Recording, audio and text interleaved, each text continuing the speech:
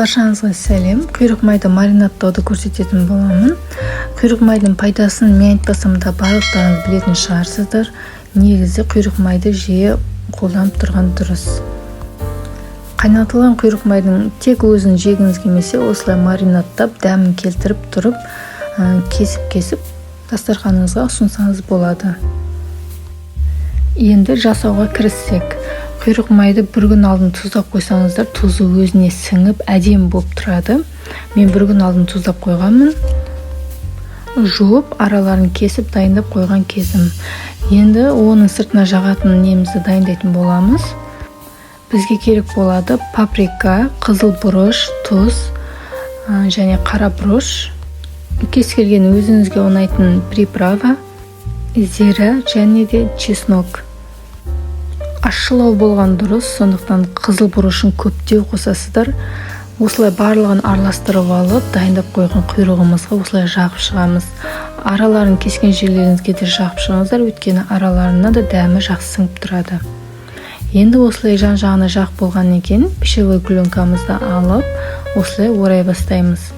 Ашық жер болмау керек, потому что қазір суға салған кезде бұлай ашық жерінен шығып кетуі мүмкін. Осылай барлығын орап шығамыз.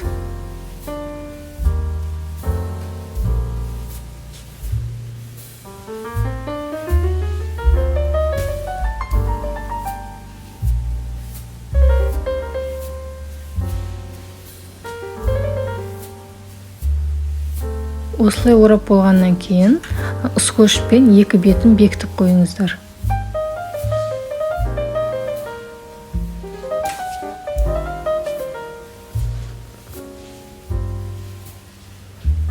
Осылай барлығын істеп шығамыз. Міне бізде бәрі дайын болды. Енді ыдысымызға су құйып, осы дайындап қойған құйрығымызды салып, қайнататын боламыз.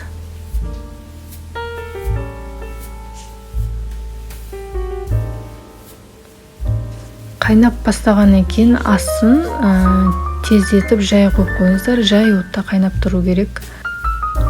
Жай отта 1 сағат қайнатып аласыздар, пісіріп. Осылай суынан сырқытып алып, құйрығымыз суығаннан кейін морозильникке немесе холодильникке салып қоясыздар. Кесерден алдын холодильниктен немесе морозильниктен шыққан кезде әдемі кесілетін болады. Осылай пакетінен шешіп алып, кесіп дастарханыңызға ұсына бересіз. Видеоде әдемі болады, приятный, аппетитный болады, чем обычно қайнаған құйрыққа қарағанда. Жасап көріңіздер, ас болсын.